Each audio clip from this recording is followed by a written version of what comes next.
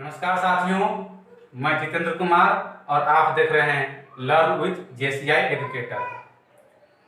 तो साथियों, आज हम इस वीडियो लेक्चर के माध्यम से क्लास 12 का चैप्टर नंबर 2 सॉल्यूशन का पार्ट 2 लेकर आए हैं। और इस वीडियो में हम लोग आज पढ़ेंगे different types of concentration term. इसलिए वीडियो को पूरा देखिएगा। और यह एक ऐसा टॉपिक है जो आपके एग्जाम के दृष्टिकोण से बहुत ही ज़्यादा इम्पोर्टेंट है और पूरा एक ही वीडियो में टोटल कंसंट्रेशन टर्म आपको बताया जाएगा बहुत ही सरल भाषा में और ट्रिक के माध्यम से। इसलिए वीडियो को अंत तक देखिएगा।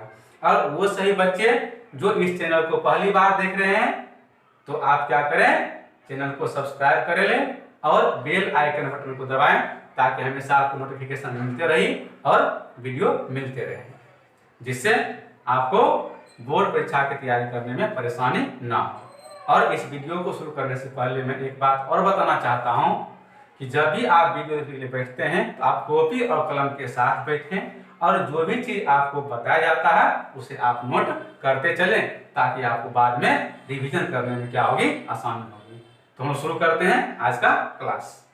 टॉपिक क्या है? Different type of concentration term. तो यहां पर सबसे पहले हम यह समझते हैं कि व्हाट इज कंसंट्रेशन, कि कंसंट्रेशन का तात्पर्य क्या होता है। तो पिछले क्लास में आपसे बात हुई थी सॉल्यूशन के बारे में। तो वहां पर आपने बात किया था कि a solution is homogeneous mixture, आपने बात किया था। तो किसी भी सॉल्यूशन का दो कंपोनेंट होता है, एक सॉल्यूट और एक सॉल्वेंट। तो किसी भी सॉल्यूशन में कितना अमाउंट ऑफ सॉल्यूट डिजॉल्व है उसी को क्या कहा गया है, कंसंट्रेशन।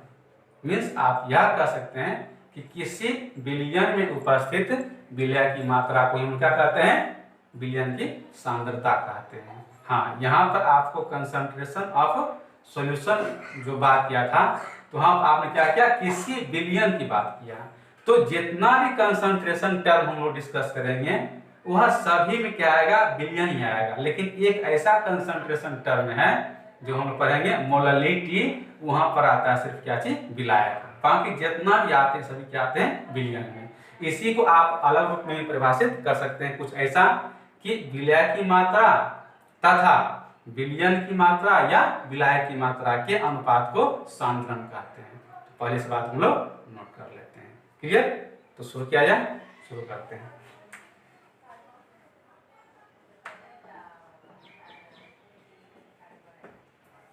सांद्रण, कंसंट्रेशन, कंसंट्रेशन इसमें आप लिखेंगे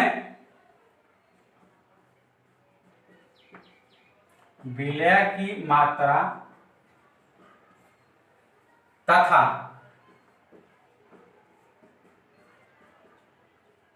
विलयन या विलायक की मात्रा के अनुपात को सांद्रण कहते हैं। सांद्रण कहते हैं। अब यहां पर हम क्या करते हैं, जितने भी सारे कंसंट्रेशन टर्म हैं उनको डिस्कस करना है। तो जितने भी सारे कंसंट्रेशन टर्म हैं उन सभी टर्म्स को क्या करते हैं, हम लोग दो भाग में डिवाइड कर देते हैं। एक हम लोग यह बना देते हैं कॉलम कि वे सारे टर्म जो टेम्परेचर पर डिपेंड करते हैं और एक वैसे टर्म जो टेम्परेचर पर डिपेंड नहीं करते, मतलब टेम्परेचर डिपेंडेंट और टेम्परेचर इंडिपेंडेंट टर्म। क्लियर? तो हम लोग क्या करते हैं कि कंसंट्रेशन टर्म को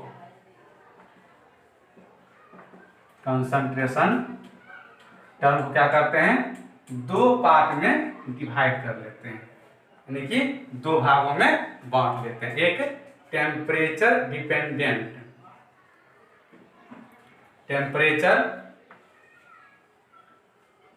डिपेंडेंट और दूसरा टेम्परेचर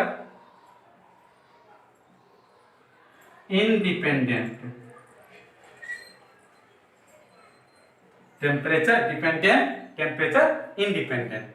तो टेम्परेचर डिपेंडेंट वाले में एक आपको टर्म क्या आएगा, इसमें एक टर्म आएगा वॉल्यूम।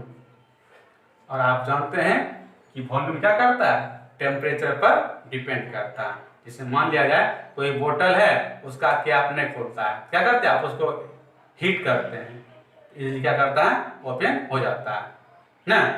देखिए वॉल्यूम जो है वह टेम्परेचर पर डिपेंड करता है। और टेम्परेचर इंडिपेंडेंट में एक टर्म आएगा आपको क्या चीज, मास। मास कहिए या वेट कहिए, केमिस्ट्री में मास और वेट दोनों एक ही चीज होता है, फिजिक्स में दोनों क्या होता है, डिफरेंट चीज होता है। मास कहिए या वेट, तो आप जानते हैं कि वेट या मास वह टेम्परेचर पर कोई डिपेंड नहीं करता, ऐसा नहीं जी। अभी आपका वेट कुछ और है, सर्दी के मौसम में कुछ और होगा, ऐसा होता है, नहीं होता है। तो टेम्परेचर डिपेंडेंट और टेम्परेचर इंडिपेंडेंट। तो टेम्परेचर डिपेंडेंट के अंतर्गत जो हम लोग को पढ़ना है, उसमें आपका आता है परसेंटेज V बाय V। दूसरा पढ़ेंगे परसेंटेज वेट बाय वॉल्यूम। तीसरा हम लोग पढ़ेंगे मोलरिटी, मोलरिटी। चौथा हम लोग पढ़ेंगे नॉर्मलिटी। पांचवा हम लोग पढ़ेंगे पार्ट्स पर मिलियन ppm। छठा पढ़ेंगे हम लोग फॉर्मलिटी, फॉर्मलिटी, फॉर्मलिटी। अब आते हैं टेम्परेचर इंडिपेंडेंट के अंतर्गत, तो इसमें आप पढ़ेंगे परसेंटेज वेट बाय वेट। दूसरा पढ़िएगा आप मोल फ्रैक्शन। तीसरा हम लोग पढ़ेंगे मोलरिटी, मोलरिटी मीन्स ये सारे ऐसे टर्म हैं जो टेम्परेचर पर डिपेंड करते हैं, और ये सारे ऐसे टर्म हैं जो टेम्परेचर डिपेंड नहीं करते हैं। क्लियर, ये आपको ध्यान रखना, टेम्परेचर इंडिपेंडेंट और टेम्परेचर डिपेंडेंट। यहाँ से आपको ऑब्जेक्टिव में पूछा था कि निम्नलिखित से कौन ताप पर निर्भर नहीं करता, ठीक है, या यह रहेगा निम्नलिखित में से कौन ताप पर निर्भर करता है। क्लियर, इसको आप पहले नोट कर लीजिए। तो हम लोग क्या करते हैं, प्रत्येक कंसंट्रेशन टर्म को एक एक करके क्या करते हैं, डिस्कस करते हैं। तो सबसे पहले हम क्या करते हैं, डिस्कस करते हैं टेम्परेचर डिपेंडेंट वाले को, फिर क्या करें टेम्परेचर इंडिपेंडेंट वाले को। तो टेम्परेचर डिपेंडेंट वाले में पहला क्या था आपका, परसेंटेज वॉल्यूम बाय वॉल्यूम। तो नंबर 1 लिखिए, आयतन प्रतिशत, इसी को शॉर्ट क्या कहते हैं, परसेंटेज V बाय V। ध्यान से आप समझिएगा, अभी आपने कंसंट्रेशन को डिफाइन किया था कि विलय की मात्रा तथा विलयन या विलय की मात्रा के अनुपात क्या कहते हैं, संघनन कहते हैं। यानी कि आप कहे थे, ध्यान रखिए, हम यहाँ लिख देते शॉर्ट में कि कंसंट्रेशन न, तो यहाँ आपका था सॉल्यूट, नीचे क्या था, सॉल्वेंट। दिखाई पड़ रहा है यहाँ पर, ठीक है। तो ध्यान यहाँ बात देना है कि अंश, ऊपर वाला अंश कहते हैं, नीचे वाले को हर करते, पता है आप लोगों को। तो अंश जो है उसमें हमेशा क्या आएगा आपको, वो अंश हमेशा सॉल्यूट के लिए ही आएगा, यानी कि अंश सॉल्यूट को रिप्रेजेंट करेगा हमेशा, याद कर लीजिए। और हर जब भी आएगा तो आपका सॉल्वेंट के लिए या सॉल्यूशन के लिए। लेकिन ध्यान रखना है कि सभी केस में सॉल्यूशन था, मात्र एक ही केस में हम लोग पढ़ेंगे मोलरिटी। क्या पढ़ेंगे, मोलरिटी, उस केस में सॉल्वेंट आएगा, बाकी हर एक केस में क्या आएगा, आपका सॉल्यूशन ही आएगा। तो आप यही बात ध्यान रख लीजिए कि कंसंट्रेशन जो आपका है, amount of solute divide bye amount of solution, एक ही याद रखिए, सॉल्यूशन एक केस में आपका सॉल्वेंट आएगा, ठीक है। अब इस बात को याद रखिए, यहाँ पर आप परिभाषा देते हैं क्या चीज, परसेंटेज V बाय V। इसके अंश में क्या है, वॉल्यूम, और हर में क्या है वॉल्यूम। मीन्स सॉल्यूट का भी वॉल्यूम लेना है और सॉल्यूशन का भी क्या चीज वॉल्यूम लेना। मीन्स आप यह कर सकते हैं कि सॉल्यूट है तो volume of solute divide by volume of solution. क्यों? वॉल्यूम दोनों में है। तो इस तरह आप कर सकते हैं। और परसेंटेज मीन्स क्या होता है 100, तो आप इस रूप कर सकते हैं कि 100 ml 100 ml मिलीलीटर बिलियन में उपस्थित विलय की मात्रा, किस में लेना आपको ml में मिलीलीटर लेना है। विलय की मात्रा को आयतन प्रतिशत कहते हैं। आयतन प्रतिशत कहते हैं। इसलिए आप लिख सकते हैं percentage V by V equals क्या चीज volume of solute divide by volume of solution. और परसेंटेज है इसमें 100 से क्या कर दीजिएगा मल्टीप्लाई कर दीजिएगा। क्लियर? वॉल्यूम है वॉल्यूम, नीचे वॉल्यूम वॉल्यूम, ऊपर में आपका हमेशा सॉल्यूट, नीचे में कैसे solution. Volume of solute divide by volume of solution into 100।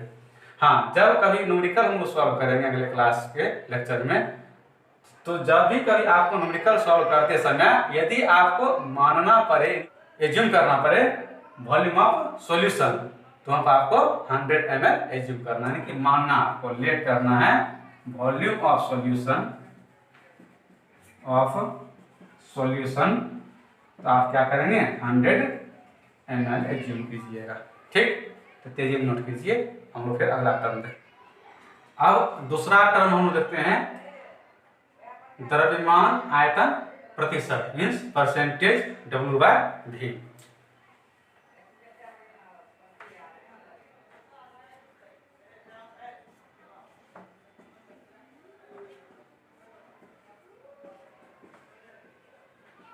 इसी को शॉर्ट में द्रव्यमान है तो वेट बाय वॉल्यूम, शॉर्ट में इसको लिखते हैं।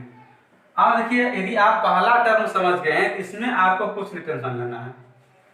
देखिए वेट बाय वॉल्यूम, अंश में क्या है वेट, हर में क्या है वॉल्यूम। तो अंश किसको रिप्रेजेंट करता है सॉल्यूट को, और हर किसे करता है रिप्रेजेंट तो सॉल्यूशन को। मीन्स वेट है तो वेट लेना है ऊपर में, नीचे वॉल्यूम है तो वॉल्यूम लेना। Means wait of solute divide by volume of solution. Percentage means 100 into 100। Means ये हो गया आपका 100 ml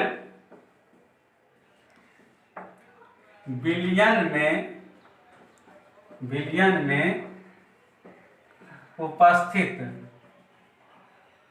विलय की मात्रा, यहां आपको ग्राम में लेना है, वेट है, को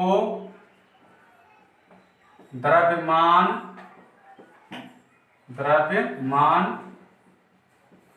आयतन प्रतिशत कहते हैं। यानी कि आप इसके percentage weight by volume equals to wait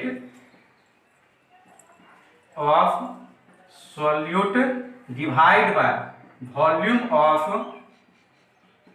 solution, volume of solution into 100। Clear? यहां भी क्या करना है, जब आपको परसेंटेज W/V का सवाल रहे तो उस केस में भी यदि आपको कहीं पर यह मानना पड़े कि बिलियन का आयतन कितना होगा तो आपको 100 ml लेकर चलना है कि वहां पर आप एज्यूम करने की late volume of solution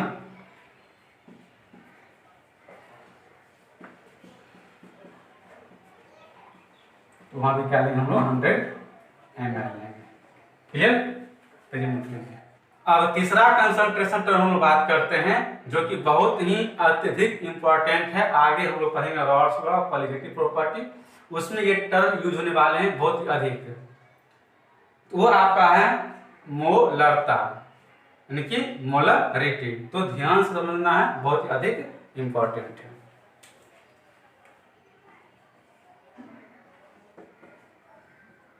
मोलरता, molarity,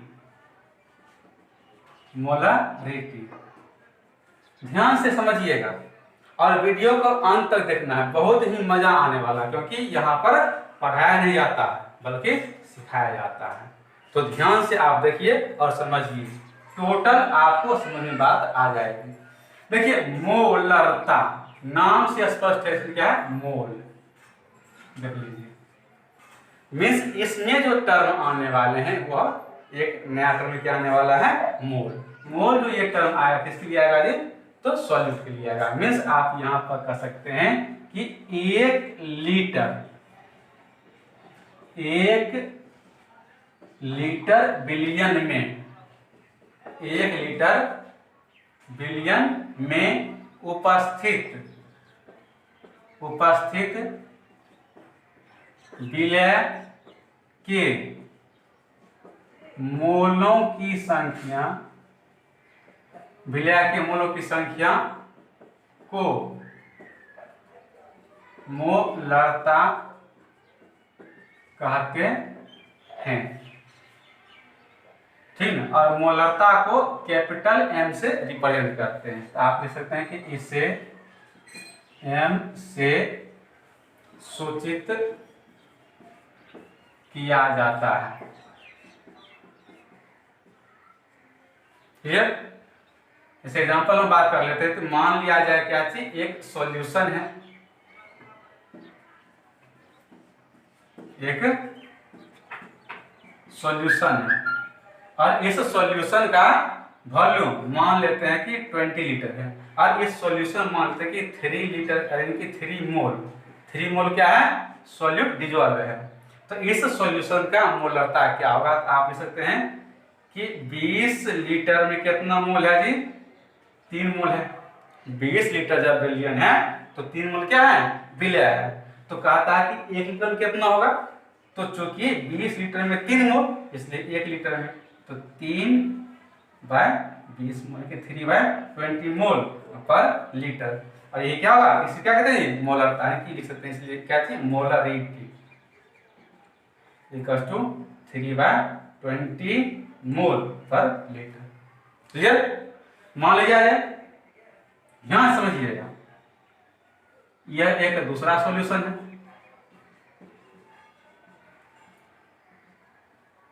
मान लिया जाए इसमें 10 लीटर वोल्ट क्या है, बिलियन का आयतन है और इसमें क्या किया जाए, इस सॉल्यूट को डिजोल्व किया जाए। मान लो कि 7 मोल क्या है सॉल्यूट इसमें डिजोल्व है, तो क्या होगा, तो 10 लीटर में 7 मोल इसलिए 1 लीटर में 7/10 मोल। क्यों निकाला है 1 लीटर में, तो डिफिनेशन है कि 1 लीटर बिलियन में, तो 10 लीटर में 7 मोल तो 1 लीटर में 7/10 मोल। इसे क्या कहते हैं, ये मोलरिटी कहते हैं। इसलिए कितना है, 7/10 मोल पर लीटर। बात क्लियर? आगे बात समझ लीजिए, तो तेरी में इसको नोट कीजिए। आगे यदि हम इसके सूत्र की बात करते हैं तो क्या लिखिएगा, तो आप इसका चाहिए मोलरिटी यानी कि मोलरता m इक्वल्स टू क्या कहते हैं आप लोग, कि 1 लीटर बिलियन में उपस्थित विलय के मोलों की संख्या, यानी कि आप लिख सकते क्या चाहिए, moles of solute divide by volume of solution, किसमें जी, तो लीटर में। क्लियर? शॉर्ट में इसको रिप्रेजेंट कीजिएगा तो मोल को हम लोग स्मॉल n से रिप्रेजेंट करते हैं और वॉल्यूम को v से, किसमें जी, लीटर में, यानी कि वॉल्यूम किसमें लेना है, लीटर में। तो यदि अब यहाँ पर एक नया टर्म क्या आ गया, मोल, तो ऐसे आप मोल के बारे में क्लास 11th में अच्छी तरह से जानते हैं, फिर भी मैं यहाँ थोड़ा सा बता देता हूँ। तो लेकिन यदि हम मोल की बात करें यानी कि n, तो मोल क्या होता है, मोल क्या होता है, यहाँ पर आपका ये मोल किसका है जी, सॉल्यूट का। तो तो आपको पढ़े कि मोल इक्वल्स टू मास बटे मोलर मास, यानी कि मास लिखिए या आप वेट लिखिए, केमिस्ट्री दोनों सेम चीज होता है। तो weight WEIGHT weight of solute divide by, mole के बदले क्या हो जाएगा, weight of solute divide by molar mass, यहाँ पर होता है मोलर मास ऑफ सॉल्यूट। तो वेट को हम क्या करते हैं W से लिखते हैं और मोलर मास को क्या करते हैं M0 से लिखते हैं। तो यदि इस वैल्यू को यहाँ पर आप पुट कीजिएगा तो क्या आ जाएगा, आपको आ जाएगा, इसलिए मोलरता आपको आ जाएगा, इसके बदले क्या आएगा W इनकी weight by molar mass into क्या चीज वॉल्यूम, किसमें जी लीटर में। बात क्लियर। हाँ, इसी में क्या है कि यदि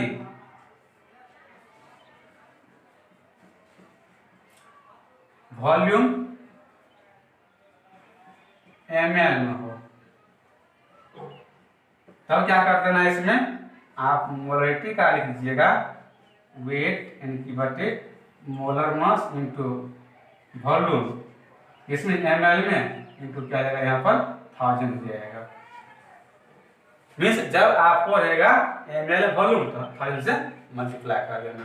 अब यहीं पर क्या है, कभी कभी आप क्या है कि मोलर मास दिया रहता है, वॉल्यूम दिया रहता है और मोलरिटी दिया रहता है, आपको वेट पूछता है। सिंपल आप क्रॉस मल्टीप्लाई कर दीजिएगा तो आपको वेट इक्वल क्या जाएगा molarity into molar mass into volume.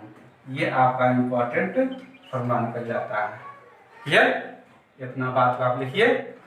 अब हम देखते हैं अगला कंसंट्रेशन टर्म नॉर्मलिटी। तो अगला आप लिखिए, जो भी नंबर है नंबर डाल दीजिए। इसी को हिंदी में क्या कहते हैं, नॉर्मलता या इसी को सामान्यता भी कहते हैं। किसी किसी बुक में आपको ये लिखा हुआ मिलेगा नॉर्मलिटी, नॉर्मलिटी, इसे कैपिटल N से रिप्रेजेंट करते हैं नॉर्मलिटी। तो अभी आप जस्ट पीछे देखे क्या चीज मोलरिटी, मोलरता ना, तो वहां पर आप मोलरता का क्या लिखे थे, यहाँ थोड़ा सा हिंट करने के लिए कि मोलरता क्या था, वेट किसका था, wait of solute divide by molar mass of solute into volume of solution. यदि मोल के टर्म बाय आपने क्या लिखा था, मोल ऑफ सॉल्यूट, यानी कि आप लिखे थे N डिवाइड बाय, ये आपका था वॉल्यूम ऑफ सॉल्यूशन, यानी 1 लीटर बिलियन में उपस्थित विलय के मोलों की संख्या, मोल की संख्या था। अब यहाँ पर क्या करना है कि नॉर्मलिटी में क्या है, जहां पर ये आपका मोल होता है, ये क्या था आपका मोल, ये यहाँ पर आता क्या चीज इक्विवेलेंट, तुल्यांक, उसका हिंदी होता है। मीन्स जहां पर मोल था वहां पर सिर्फ क्या है इक्विवेलेंट। मीन्स आप यह कहिएगा कि 1 लीटर बिलियन में 1 लीटर बिलियन में उपस्थित, 1 लीटर बिलियन में उपस्थित विलय के तुल्यांकों, इसका आंसर था इक्विवेलेंट, EQUIVALENT, इक्विवेलेंट की संख्या को नॉर्मलिटी कहते हैं। नॉर्मलिटी कहते हैं। इसे N से सूचित किया जाता है।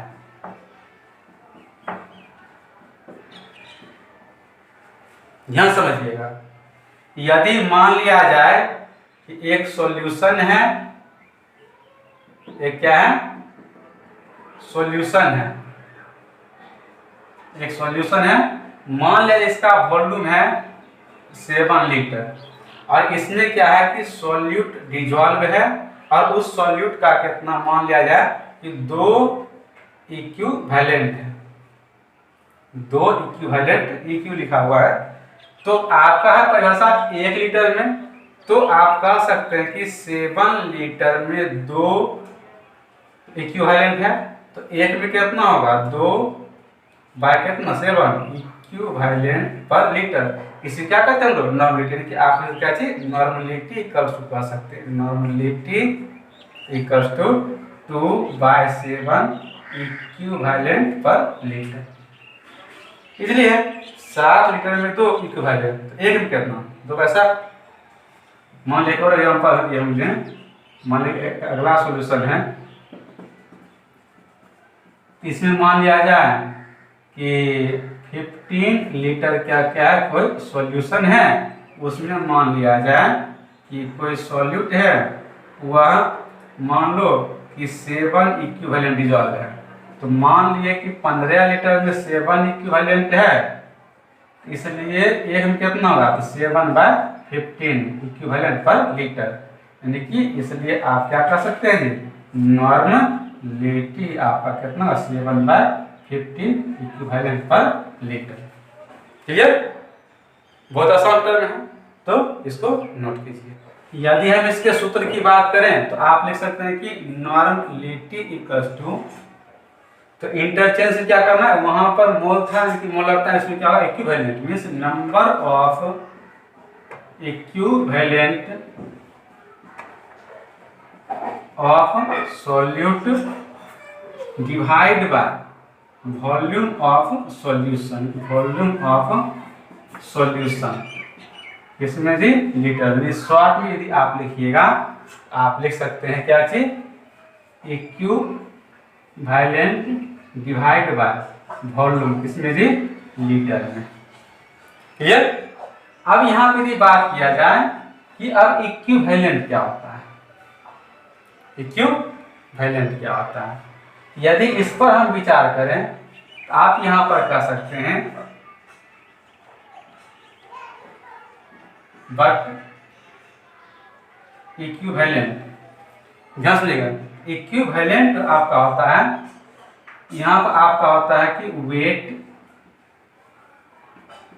Of solute divide bye. अब देखिए कि जब मोल का आपने बात किया था तो मोल का क्या था wait of solute divide by molar मास।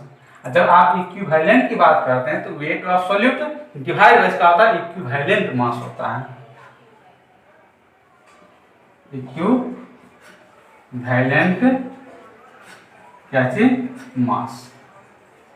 ठीक है, शॉर्ट में यदि आप रिप्रेजेंट किया जाता है कि वेट हो गया डिवाइड बाय इक्विवेलेंट मास, आप ऐसे रिप्रेजेंट कर सकते हैं। ठीक है, अब यदि इस इक्विवेलेंट का वैल्यू आप यहाँ पुट कीजिएगा तो नॉर्मलिटी आपको क्या आ जाएगा, ये आपका इक्विवेलेंट के बदले में क्या आएगा wait divide by equivalent mass, clear, into volume of solution. ये आपका क्या हो गया नॉर्मलिटी हो। क्लियर।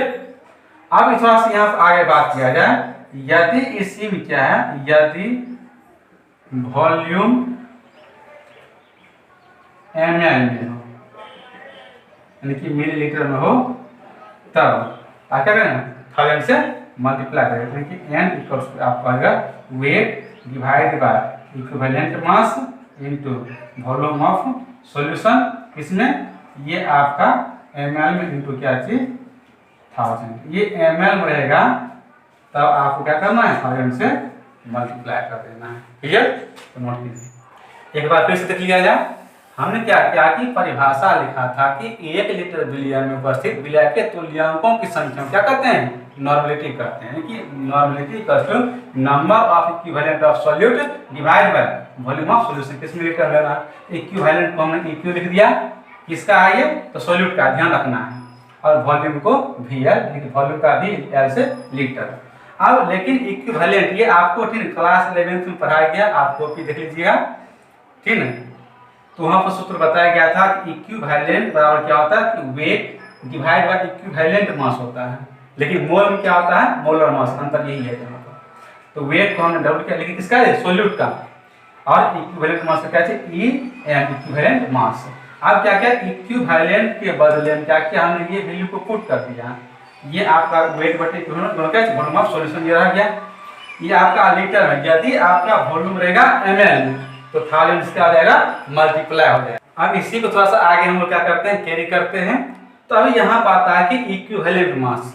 तो इक्विवेलेंट मास फाइंड आउट करने के लिए आपको बताया गया था, इक्विवेलेंट मास का फॉर्मूला होता है कि molar mass divide by n factor, n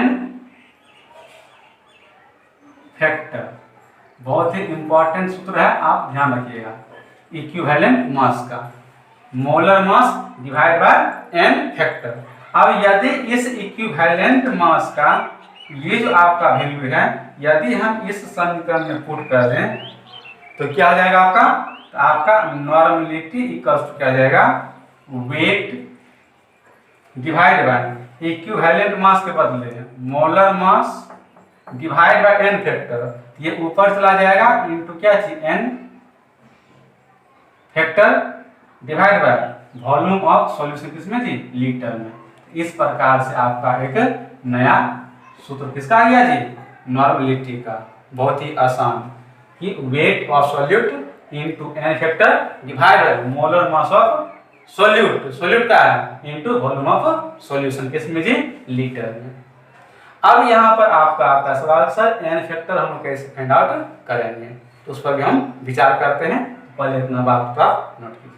अब हम बात करते हैं कि जो फॉर्मूला में n फैक्टर का हमने चर्चा किया था, कि उस n फैक्टर का जो वैल्यू हम कैसे फाइंड आउट करते हैं। तो नया आप हेड लिखिए, कैलकुलेशन ऑफ n फैक्टर।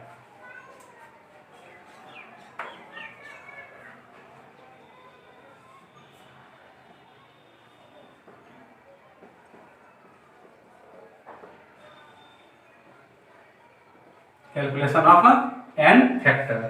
देखिए यह जो n फैक्टर है यह डिपेंड करता है कि नेचर ऑफ सॉल्यूट, कि सॉल्यूट का जो नेचर है वह कैसा है, कि एसिडिक है या बेसिक है या ऑक्सीडाइजिंग एजेंट है या रिड्यूसिंग एजेंट है, ये डिपेंड करता है नेचर ऑफ सॉल्यूट पर। इसमें हम लोग अलग अलग केस लेकर चलते हैं। तो केस 1 लेते हैं हम लोग, फर्स्ट केस लेते हैं इन एसिडिक मीडियम कहिए या in the case of acid, in the case of acid means ये हुआ कि जब आपका जो सॉल्यूट है वह एसिडिक नेचर का होगा तब क्या होगा। तो उस केस में जो है n फैक्टर होता है, n फैक्टर ये आपका होता है कि number of H plus ion given by acid in aqueous solution. Means जलीय विलयन में कोई भी एसिड जो है वह कितना H प्लस आयन देता है, उसी को क्या कहते हैं n फैक्टर। किसके लिए, in the case of acid. जैसे मान लिया है कि HCl है, क्लियर, जब आपने क्या किया, इसको वाटर में डिजोल्व किया तो ये क्या कर दिया, ये आपको दे दिया H plus plus HCl minus, यह कितना H प्लस दिया, 1, इसलिए आप n फैक्टर कह सकते हैं। n फैक्टर कितना इसका, 1। मान लिया जाए कि आपको H2SO4 है, ये आपका ये टूटता है 2H प्लस SO4 माइनस 2 में, ये कितना H प्लस दिया 2, इसमें आप n फैक्टर आप कह सकते हैं कितना जाएगा जी, 2। यहाँ पर एक बात आप ध्यान रख लीजिए, ठीक है, किसी भी एसिड में, ठीक है, जितने H प्लस आयन क्या करता है, देता है एक्वस सॉल्यूशन में, वही क्या होता है आपका n फैक्टर। जैसे मान लिया जाए कि CH3COOH है, ये आपका CH3COO minus plus H plus है, कितना H प्लस दिया, 1, इसलिए इसका n फैक्टर कितना हो जाएगा, 1। तो कोई भी एसिड है जितने H प्लस आयन वह देता है वही क्या होता है, उसका n फैक्टर होता है। तो नॉर्मली आप यह ध्यान रखिए, जितने भी आपके ऑर्गेनिक एसिड को छोड़ दिया जाए, ठीक है। तो जितने भी सारे एसिड हैं तो आपको ध्यान उसमें जितना नंबर ऑफ हाइड्रोजन एटम रहेगा वही उसका क्या होता है एन फैक्टर। इसमें एक्सेप्ट आपको यानी कि अपवाद में आपको ध्यान रखना है, अपवाद में H3PO2 इसका एन फैक्टर आपका होता है 1 और H3PO3 इसका एन फैक्टर होता है आपको 2। ये आपको ध्यान रखना है, ये आपको ऑब्जेक्टिव में भी क्वेश्चन पूछे जाते हैं कि H3PO3 का कितना होता है 2 और H3PO2 कितना होता है 1। इसमें यह ध्यान रखना आपको कि जितना ऑक्सीजन एटम है उसमें से एक आपको माइनस कर देना, तो 2 में से कितना 1, 3 में से कितना 2। इस प्रकार से आप एसिड के केस में क्या निकाल सकते हैं एन फैक्टर। क्लियर? तो नोट कीजिए। केस 2 देखते हैं। In the case of base means यह हुआ कि यदि आपका जो सॉल्यूट है उसका नेचर बेसिक रहेगा तब क्या होगा उसका एन फैक्टर। तो number 2 in the case of base, base के केस में क्या होगा, इसमें आप कह सकते हैं कि जो एन फैक्टर होता है एन फैक्टर ये आपका होता है number of OH minus ion given by base in aqueous solution. Means कोई भी आपका बेस है वह जलीय विलयन में कितना OH माइनस आयन प्रदान करता है वही क्या होता है उसका एन फैक्टर। जैसे मान लिया जाए कि OH है, ये आपका देता है K प्लस OH माइनस कितना हो गया 1, इसलिए इसका एन फैक्टर आप लिखिएगा कितना होगा जी 1। मान लिया जाए कि आपका NaOH है तो ये आपका टूट गया Na plus plus OH minus, इसका एन फैक्टर कितना हो जाएगा जी 1। मान लिया जाए CaOH का होल ट्वाइस है, ये आपका Ca प्लस 2 OH माइनस, तो इसका एन फैक्टर हो गया आपका 2। Clear? In the case of base आपका कितना होगा एन फैक्टर जितना OH माइनस देगा। क्लियर? नोट कीजिए।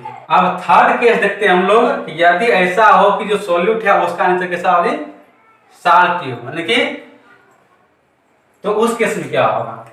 तो case 3 in the case of salt, salt के केस में क्या होगा।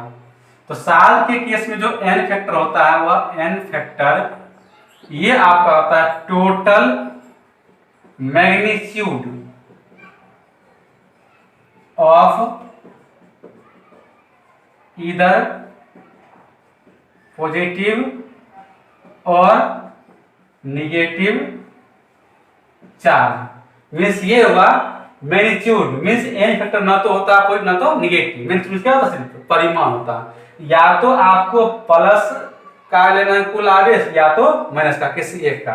जैसे एग्जांपल की बात कर लिया जाए, यदि आपसे पूछा जाए what is the N factor of क्या चीज NaCl, इस पर +1 चार्ज कितना माइनस 1 चार्ज कितना चार्ज आपका 1 है इसका मैग्नीट्यूड, इसका एन फैक्टर कितना हो गया जी 1। यदि आप पूछा जाए कि Al2SO4 का होल थ्राइस तो टोटल मैग्नीट्यूड लिखा हुआ है, तो एक एल्यूमिनियम पर +3 चार्ज होता है, दो कितना होगा +6। क्लियर? SO4 एक -2 तो 3 है तो -6 नहीं कितना है टोटल मैग्नीट्यूड 6, इसलिए आप एन फैक्टर इसका कह सकते हैं कितना होगा 6। अब हम अगला केस देखते हैं। यदि आपका सॉल्यूट या तो ऑक्सीडाइजिंग एजेंट हो या रिड्यूसिंग एजेंट हो तो उस केस में एन फैक्टर क्या होगा। जैसे हम एक एग्जांपल लेते हैं, ये आपका कंपाउंड है KMnO4, ये बहुत ही अच्छा ऑक्सीडाइजिंग एजेंट है।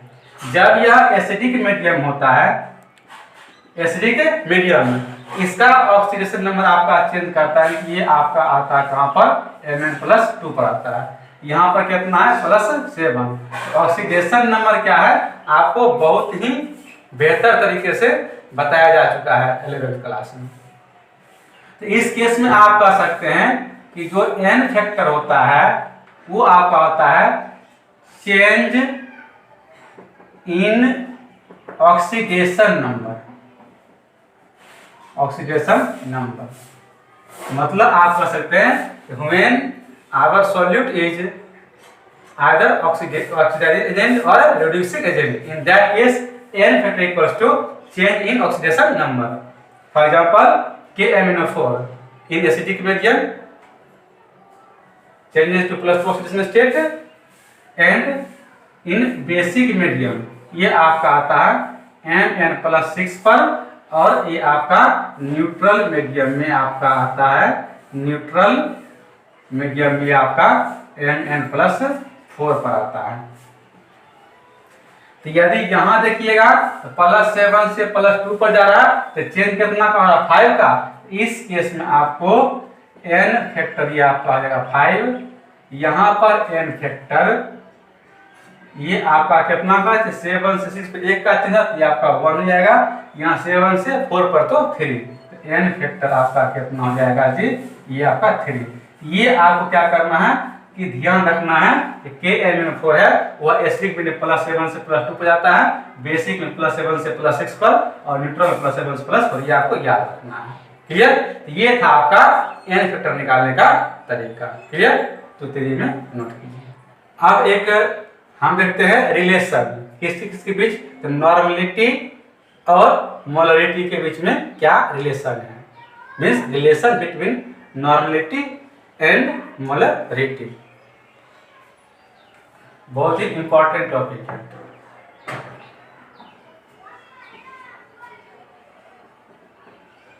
Relation between normality and molarity. तो ध्यान से देखिएगा, जस्ट अभी आपने बात किया था नॉर्मलिटी, इसका आपने फॉर्मूला बोला था कि equivalent of solute divide by volume of solution, किसमें जी, लीटर में। तो आपने इक्विवेलेंट को बोलते हैं, क्या बोलते हैं, तो weight divide by equivalent mass into volume of solution. ठीक है, थोड़ा सा और इसको मॉडिफाई किया जाए तो आप इक्विवेलेंट मास क्या कहते हैं, तो इक्विवेलेंट मास आप कहते हैं, आप इक्विवेलेंट मास कहते हैं, ये आपका होता है molar mass divide by n factor. Just पीछे बताया गया है, यहां पे यदि पुट करिएगा तो आप क्या पाते हैं, तो वेट डिवाइड बाय इसका वैल्यू पुट करते हैं तो मोलर मास हो गया। क्लियर? ये ऊपर चला जाएगा इनटू क्या आ जाएगा n factor divide by volume of solution. ऐसे ये टर्म आपका देखिए नॉर्मलिटी में हम पूरा लिखे हुए हैं। क्लियर? लेकिन मोलरिटी ये आप पढ़े कि moles of solute divide by volume of solution, और मोल आप क्या कहते हैं, wait of solute divide by molar mass into volume of क्या चीज, सॉल्यूशन। क्लियर? तो ध्यान से देखिए, यदि हम इसको इक्वेशन फर्स्ट मान ले, इसको इक्वेशन सेकेंड, यदि इस दोनों इक्वेशन को तुलना कीजिएगा, देखिए कंपेयर किया, आप क्या पाते हैं कि यह जो टर्म है, देखिए ये दोनों सेम है, तो क्या इसके बदले ये जो मान है किसका है जी, मोलरिटी का है, तो क्या इसके बदले आप m लिख सकते हैं, लिख सकते हैं। From equation first and second we can say that n equals to m, यानी कि मोलरिटी इनटू क्या चीज, n फैक्टर। ये आपका मोस्ट इंपॉर्टेंट क्या आ गया, फॉर्मूला आ गया, normality equals to molarity into n factor. बहुत ही इंपॉर्टेंट फॉर्मूला आ गया। इसी को थोड़ा सा और आगे कैरी किया जाए तो आप यहां से देखिए लिखे थे, नॉर्मलिटी क्या होता है, equivalent of solute divide by volume of solution into. Clear? एक मोलरिटी क्या होता है? Molarity moles of solute divide by volume of solution, इसको एन फैक्टर इनटू क्या चीज? N factor. क्लियर? तो वॉल्यूम ऑफ सॉल्यूशन ये कैंसिल, यहां से आपका इक्विवेलेंट का फॉर्मूला क्या आ गया? मोल। एन क्या है? मोल इनटू क्या चीज? N factor. ये आपका इंपॉर्टेंट फॉर्मूला है। ये आपका क्या है? Moles of solute. क्लियर? ये बहुत ही इंपॉर्टेंट फॉर्मूला है, आपको ध्यान रहे। यहां से आपके कंपटीशन में सेम टू सेम क्वेश्चन पूछे जाते हैं ऑब्जेक्टिव में। क्लियर? इसको नोट कीजिए। तो टेम्परेचर डिपेंडेंट का जो लास्ट टर्म है वो आपका है फॉर्मलेटिव। तो हम लोग उस पर बात करते हैं। फॉर्मलेटिव हिंदी क्या होता है? फॉर्मलता।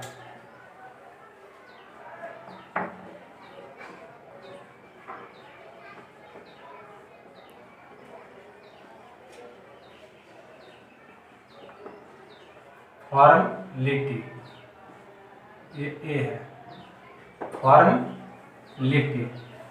तो ध्यान से बात को सुनिएगा। यदि हम बात थोड़ा सा आपको करें मोल यानी कि मोलरिटी का, तो मोलरिटी को आपने क्या किया कि number of moles of solute divide by volume of solution in litre. आपने नॉर्मलिटी का बात किया, equivalent of solute number of equivalents of solute divide by volume of solution. Clear? अब आगे बात करना है फॉर्मेलिटी को कैपिटल एफ से रिप्रेजेंट करते हैं। तो आपने मोलरता को डिफाइन किया 1 लीटर बिलियन में उपस्थित के मोलों की संख्या। नॉर्मलता को आपने परिभाषित किया 1 लीटर बिलियन में उपस्थित विलय के तुल्यांकों की संख्या।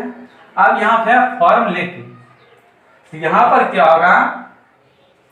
4 मोल्स यानी कि मोल्स को n 4 मोल्स यानी कि फॉर्मलिटी।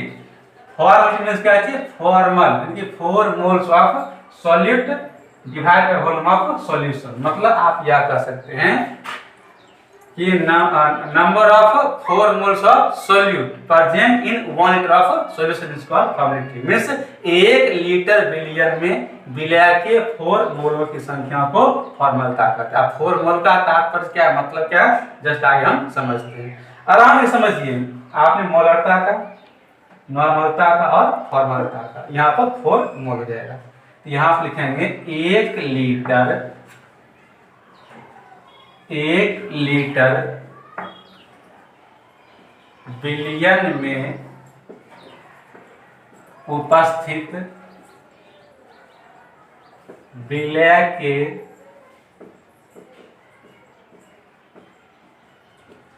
4 मोलों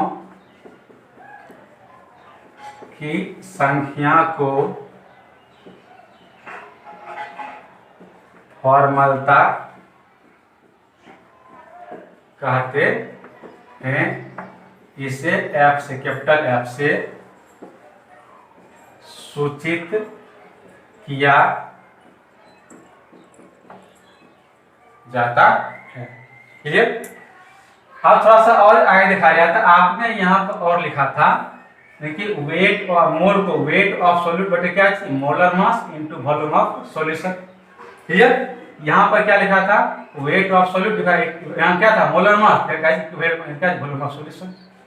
अब यहाँ पर क्या होगा कि wait of solute divide bye, यहाँ पर था आपका मोलर मास मोल इक्विवेलेंट मास, ठीक ना? यहाँ आपका है क्या चीज? 4 मोल्स ऑफ सॉल्यूट। यहाँ पर होता क्या चीज? फॉर्मूला मास, यानी कि फॉर्मूला मास को आप लिख सकते हैं क्या चीज?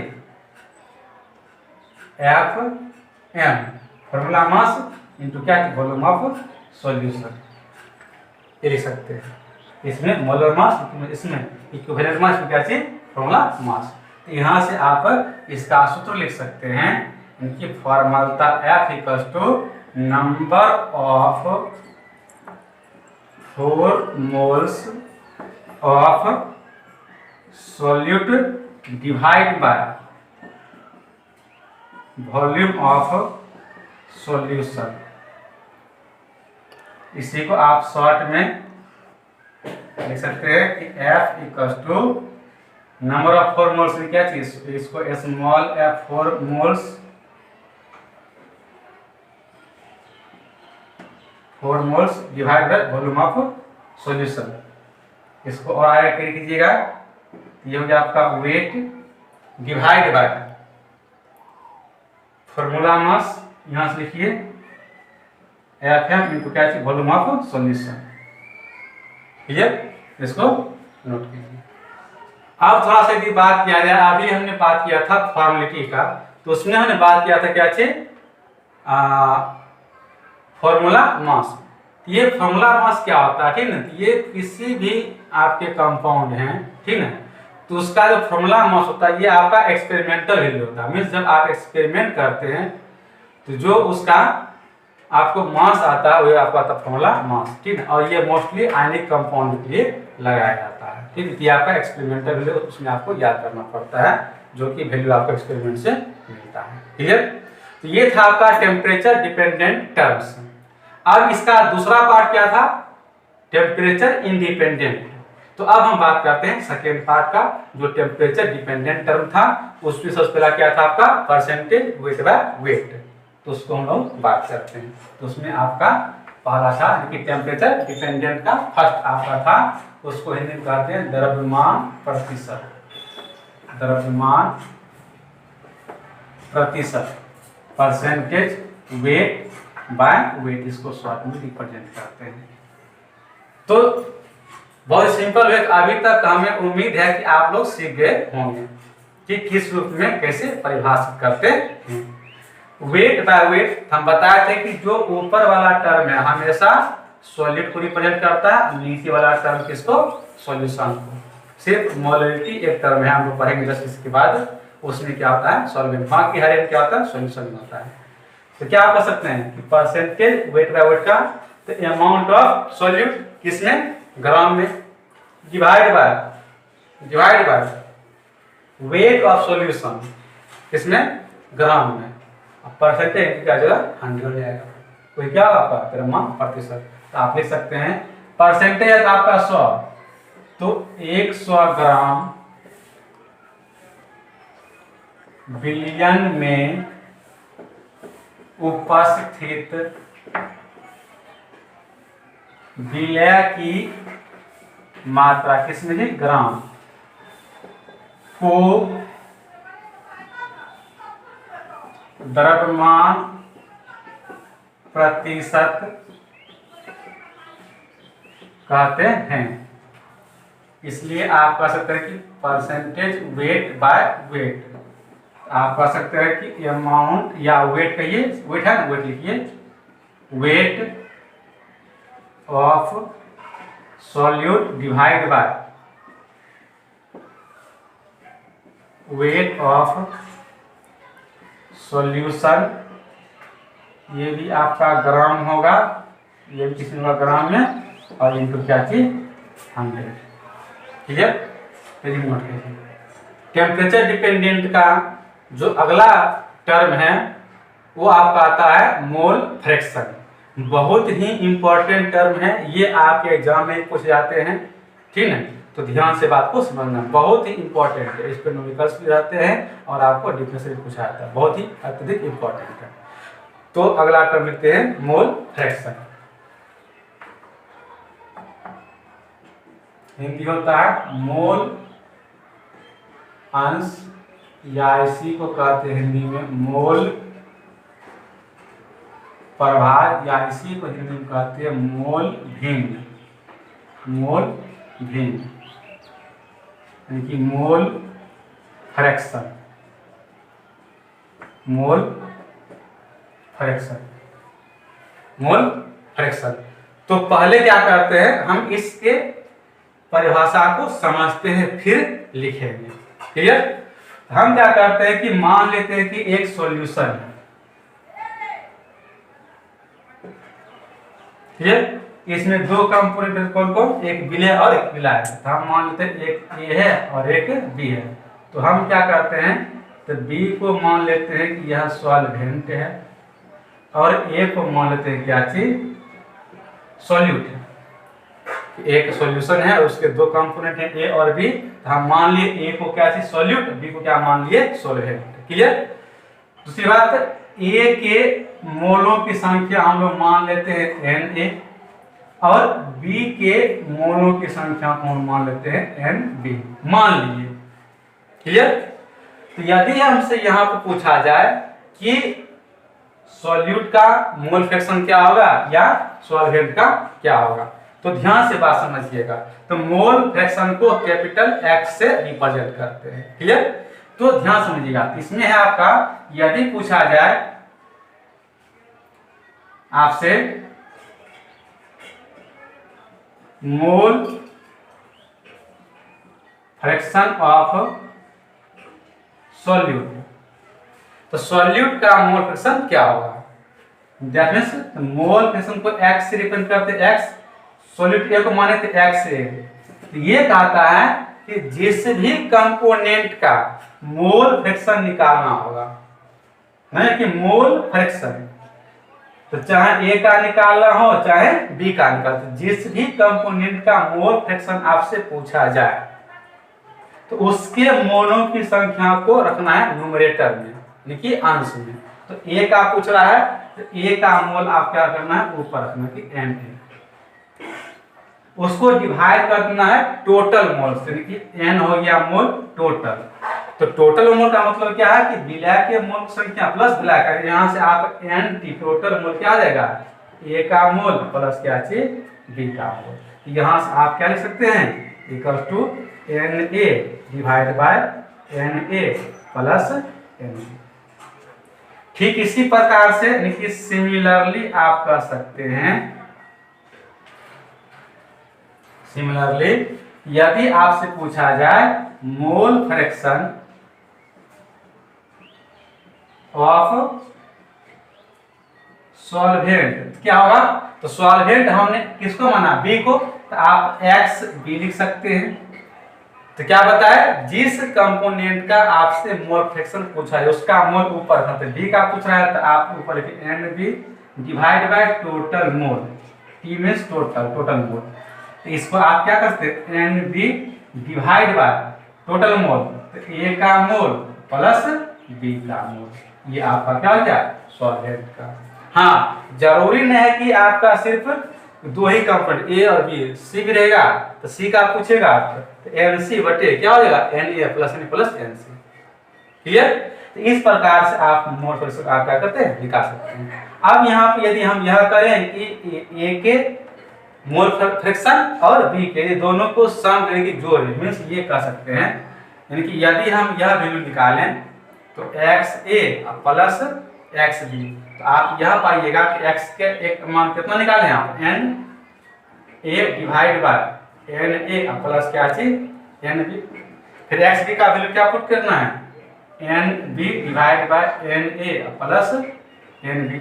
यदि आप इसको सॉल्व करके क्या पाएंगे, XA प्लस XB, तो आप एलसीएम लीजिए क्या होगा, Na प्लस NB, यहाँ क्या होगा Na प्लस NB, ये आपका टर्म क्या जाएगा कैंसिल, तो इसलिए आप क्या हो गया XA प्लस XB कितना आ गया 1। ये भी आपको ध्यान रखना, ऑब्जेक्टिव क्वेश्चन है। मींस बिलियन में उपस्थित प्रत्येक अवयव के मोल अंशों का योग कितना होता है, 0 होता है। इसको आप भाषा में लिख सकते हैं, दैट इज बिलियन में उपस्थित प्रत्येक अवयव के मोल अंशों का योग 1 होता है। ये बहुत इंपॉर्टेंट पॉइंट है। यदि आपसे यहाँ पर ये करना है कि यदि दो कंपोनेंट है, आपने किसी एक का मोल प्रभाज यानी कि मोल फ्रैक्शन निकाल लिए, तो दूसरा का आपको इतना लेंदी प्रोसेस करने की जरूरत नहीं। यदि आपने जाना XA प्लस X 1, तो यहाँ से यदि आप निकालेंगे X से, X क्या होगा उधर ले गए तो 1 माइनस क्या होगा जी X, या आप X भी निकालना चाहेंगे क्या होगा 1 माइनस क्या जाएगा जी X। इस प्रकार से आप XA और XB का मान निकाल सकते हैं। ये था this is all about mole fraction. अब हम परिभाषा अभी तक नहीं लिखे हैं, तो परिभाषा आप यहाँ देखिए, तो किसी एक अवयव का आपने क्या लिखा, मोल बटे कुल मोल। तो यहाँ पर आप यह कर सकते हैं कि किसी बिलियन में उपस्थित एक अवयव के मोलों की संख्या, किसी बिलियन में उपस्थित एक अवयव के मोलों की संख्या तथा बिलियन में कुल मोलों की संख्या के अनुपात को क्या कहते हैं? मोल अंश या मोल प्रभाज कहते हैं। ठीक, इस परिभाषा को पहले लिख लेते हैं। तो लिखिए, बिलियन में उपस्थित, बिलियन में उपस्थित किसी एक अवयव के मोलों की संख्या तथा बिलियन के कुल मोलों की संख्या के अनुपात को उस अवयव का मोल अंश कहते हैं और इसे x से सूचित किया जाता है। तो बहुत ही इंपॉर्टेंट टर्म था, इसको आप नोट कीजिए। अगला टर्म आपका है मोललता, मोललिटी, जिसका हम पहले से जिक्र कर रहे थे कि एक ऐसा टर्म है जिसमें आपको सॉल्वेंट आता है, बस वही आपका टर्म आता है मोललिटी। हम बात करते हैं मोललिटी।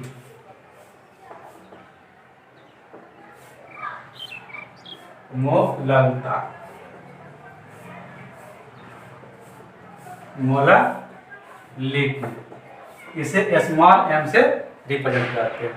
तो ध्यान से बात देखा जाए, नाम है कि मोललिटी, मोल तो आएगा ही, लेकिन इसमें क्या आता है? विलायक आता है। मीन्स ये आप कह सकते हैं कि 1 किलोग्राम या आप कहते हैं कि 1 केजी विलायक में, यहाँ विलायक पर ध्यान दें, विलायक में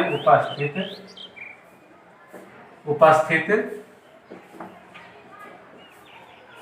विलय के मोलों की संख्या को, मोलों की संख्या को मोललता कहते हैं। मोललता कहते हैं। इसे m से सूचित किया जाता है। तो आप इसे क्या चीज? मोललता इक्वल्स टू क्या है? Number of moles, number of moles of solute divide by weight of solvent, weight of solvent किसमें जी? केजी में। तो मोल को आप लिख सकते हैं क्या चीज? वेट डिवाइड क्या चीज? Molar mass. ध्यान रखिएगा, आपको मोलरता क्या आएगा? यानी कि wait divide by molar mass into weight of solvent in KG. तो आप लिख सकते हैं क्या चीज? इसको कैपिटल W कर देते हैं, किसमें जी? केजी में। यदि आपको, यदि द्रव्यमान ग्राम में हो, फिर ग्राम हो तो आप सीधे लिख दीजिए ना, स्मॉल m, तो वेट डिवाइड, वेट अभी सॉल्यूट है, divide molar mass into weight gram में इनटू क्या देगा जी? 1000। ये आपका आ गया क्या चीज? मोललिटी। ठीक, नोट कीजिए। अब हम बात करते हैं relation between mole fraction and molality, यानी कि मोल अंश और मोललता के बीच आपस में क्या संबंध है। बहुत ही इंपॉर्टेंट रिलेशन है, ध्यान से आप देखिएगा।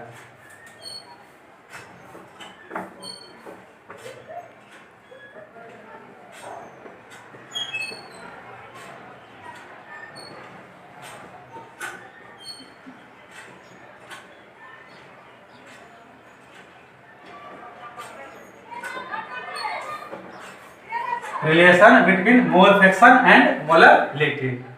तो ध्यान से बात को समझिएगा, ठीक है। इसको समझते हैं एक उदाहरण के तौर पर। तो एक क्वेश्चन करते हैं, उसके आधार पर हम इसको लिखेंगे। एक क्वेश्चन लिखते हैं कि ग्लूकोज तथा जल को मिलाकर 1 बिलियन तैयार किया जाता है जिसमें ग्लूकोज का मोल अंश 0.2 है। तो इसकी मोलरता ज्ञात करें। इस उदाहरण से इसके रिलेशन को समझते हैं। तो ध्यान से आप देखिए बोर्ड पर, आप क्या है कि ग्लूकोज और वाटर को आप क्या किए, मिलाए, तो एक क्या तैयार किए, सॉल्यूशन। तो ग्लूकोज का मोल अंश आपको दिया हुआ है, तो प्रश्न से आपको क्या दिया हुआ है, आप प्रश्न से आपको दिया हुआ है x, क्या चीज, ग्लूकोज, देखिए x ग्लूकोज दिया कितना जी, 0.2। तो इसका मोलरिटी निकालना है। तो आपको मोल अंश दिया है 0.2 बटे आप इसको 1 लिख सकते हैं। इसको आप क्या कहते हैं, यदि x ग्लूकोज है इसको आप 0.2 बटे 1 लिख, कोई दिक्कत नहीं है। तो यहां से यदि कीजिएगा तो x ग्लूकोज, ठीक, ये क्या होता है, ये आपका होता है n glucose divide by n, बिना पढ़े जिस घटक का आपको निकालना होता है मोल, फिर उसका मोल ऊपर टोटल मोल, यहां से आप लिख सकते हैं लेट टोटल मोल कितना होगा 1, तब n ग्लूकोज का कितना होगा 0.2, क्लियर। तो यहां से आप कह सकते हैं कि n टोटल, तो यदि ग्लूकोज है और क्या वाटर, तो n टोटल, दैट मीन्स कि आप कह सकते हैं कि n वाटर प्लस n क्या चीज, ग्लूकोज इक्वल टू 1, कुल मोल लिख दिया। यहां से आप NH2O प्लस ग्लूकोज का कितना दिया है 0.2 इक्वल टू 1। यहां से n आप वाटर निकाल सकते हैं कि वाटर का कितना मोल होगा, NH2O तो 1 0.2। तो यहां से आपको क्या पता चल गया, यहां से आपको मोल्स ऑफ वाटर कितना गया 0.8, क्लियर।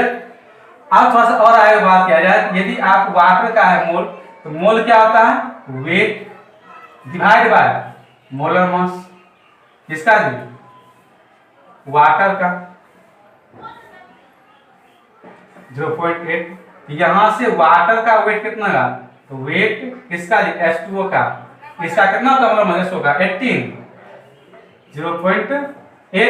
यहां से वेट किसका निकल गया, वाटर का 0.8 इंटू कितना जी 18। तो हम लोगों को वेट ऑफ H2O पता चल गया, क्लियर। तो अब क्या करते हैं, हम लोग क्या करते हैं, मोलरिटी निकालना, नहीं निकालना क्या आप लोगों को, मोलरिटी। तो मोलरिटी का आप लगाइएगा सूत्र। तो मोलरिटी का आप क्या कहे, M equal to number of moles of solute, तो number of moles of solute, ये आपका ग्लूकोज हो गया solute, number of n solute divide by volume, यहाँ तो होगा नहीं, यहाँ पर क्या होगा वेट ऑफ सॉल्वेंट, किसमें होगा जी, केजी में। यदि ग्राम में होगा तो मल्टीप्लाई कर किसमें, 1000 से। यहाँ पर सॉल्यूट क्या है, ग्लूकोज, यहाँ पर आप m रखिएगा तो n हो गया। तो ग्लूकोज का देखिए कितना है 0.2, तो 0.2 हो गया into 1000 divide by weight of H2O 0.8 into 18। ध्यान से अब यहाँ पर गौर करना है। तो m equals to 0.2 into 1000 divide by, ये आपको 0.8 कैसे आया था? आपने 1 में से क्या किया था, 0.2 को सब्ट्रैक्ट किया था, तब आया था। इंटू क्या चीज 80। तो इसको आप यहां से कह सकते हैं कि मोललिटी इक्वल्स टू x किसका जी, सॉल्यूट का। यदि हम सॉल्यूट को a मान ले तो x a into 1000 divide by 1 minus X A into molar mass of B. यहाँ पर आपको ध्यान रखना है, हम लोग एक्स ए मान लिए किसको जी, सॉल्यूट को। उसके बाद हम लोग मान लिए एम बी यानी कि मोलर मास किसका मान लिया जी, ये आपका सॉल्वेंट मान लिया, बी को सॉल्वेंट मान लिया, ए को सॉल्यूट मान लिया। क्लियर? तो इस रिलेशन को आप डायरेक्ट ध्यान रखिएगा, इसमें हम किसको क्या माने हैं ये आपको ध्यान रखना है। और सबसे आखिरी कंसंट्रेशन टर्म जो आपका है पार्ट्स पर मिलियन, या उसी को पार्ट्स प्रति मिलियन भी कहते हैं, शॉर्ट में ppm, उस पर हम लोग बात करते हैं।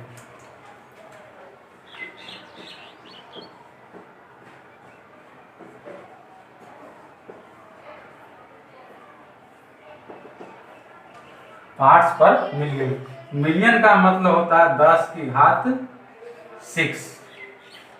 क्लियर? यदि यहाँ पर ये दिखाया डिफिनेशन, इसको आप किसी बिलियन के 10 के घात 6 भागों में विलय के भागों की संख्या को क्या कहते हैं, पार्ट्स पर मिलियन। मतलब ये हुआ कि 10 के घात 6 की आपका ठीक है कि पार्ट्स पर मिलियन की 1 मिलियन बिलियन में विलय कितना भाग है, उसी को कहते हैं क्या चाहिए, पार्ट्स पर मिलियन। इसको आप परिभाषा, तो किसी बिलियन के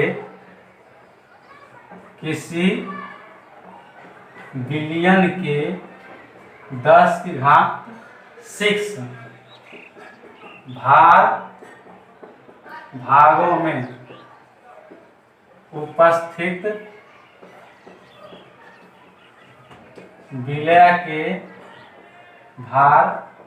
भागों की संख्या को पार्ट्स पर मिलियन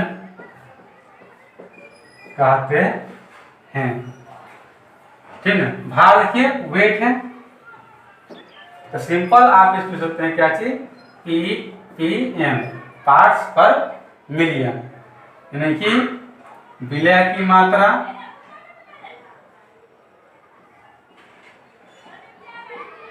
ग्राम में डिवाइड बाय बिलियन की मात्रा, ये भी किसमें थी, ग्राम में। अंतर क्या होगा, याद कीजिए परसेंटेज वेट बाय वेट, वहां पर 100 था, यहाँ पर पार्ट्स पर मिलियन मीन्स क्या थी 10 घात 6 हो जाएगा। क्लियर? इसको तो ये आप नोट कीजिए। तो बच्चों ये था आपका कंसंट्रेशन टर्म, जिसको हमने प्रयास किया बहुत ही अच्छे से समझाने का, और मुझे आशा और उम्मीद है कि आपको अच्छा लगा होगा। इसलिए आप इस वीडियो को अपने दोस्तों के साथ भी शेयर कीजिए, जिससे हम लोगों का मनोबल बढ़ा रहेगा और प्रयास रहेगा कि बेहतर से बेहतर आपको मटेरियल प्रोवाइड किया जाए और सरल शब्दों में समझाने का प्रयास किया जाएगा। यदि किसी प्रकार का आप सलाह देना चाहते हैं तो कमेंट बॉक्स में अपना सुझाव अवश्य दें। तो आज के लिए बच्चों इतना ही। फिर अगले क्लास में हम लोग क्या करेंगे कि इस कंसंट्रेशन टर्म से रिलेटेड आपके एनसीईआरटी बुक्स की जो न्यूमेरिकल्स हैं लेकर आएंगे। तब तक आपको बच्चों क्या करना है, जितना भी हमने कंसंट्रेशन टर्म डिस्कस किया है उसको आप अध्ययन कीजिए बारीकी से। हाँ, कुछ देखिए पॉइंट्स डायरेक्ट समझ में आ जाता है, कुछ में थोड़ा सा परेशानी होता है, लेकिन जब आप उसको बारीकी से देखिएगा, एक बार दो बार आप पढ़ेगा तो धीरे धीरे वो बातें भी समझ में आने लगती है। ठीक है, इसलिए आप प्रत्येक टर्म को समझिएगा, कैसे हमने डिराइव किया, कहाँ पर क्या यूज किया, उसके भी बारीकी से देखिएगा। तो मुझे उम्मीद है कि आपको अच्छी तरीके से समझ में आ जाएगा और मैं आशा करता हूँ ये काम आप करेंगे। तो आज के लिए हम यही क्लास को स्टॉप करते हैं, फिर मिलते हैं अगले क्लास में।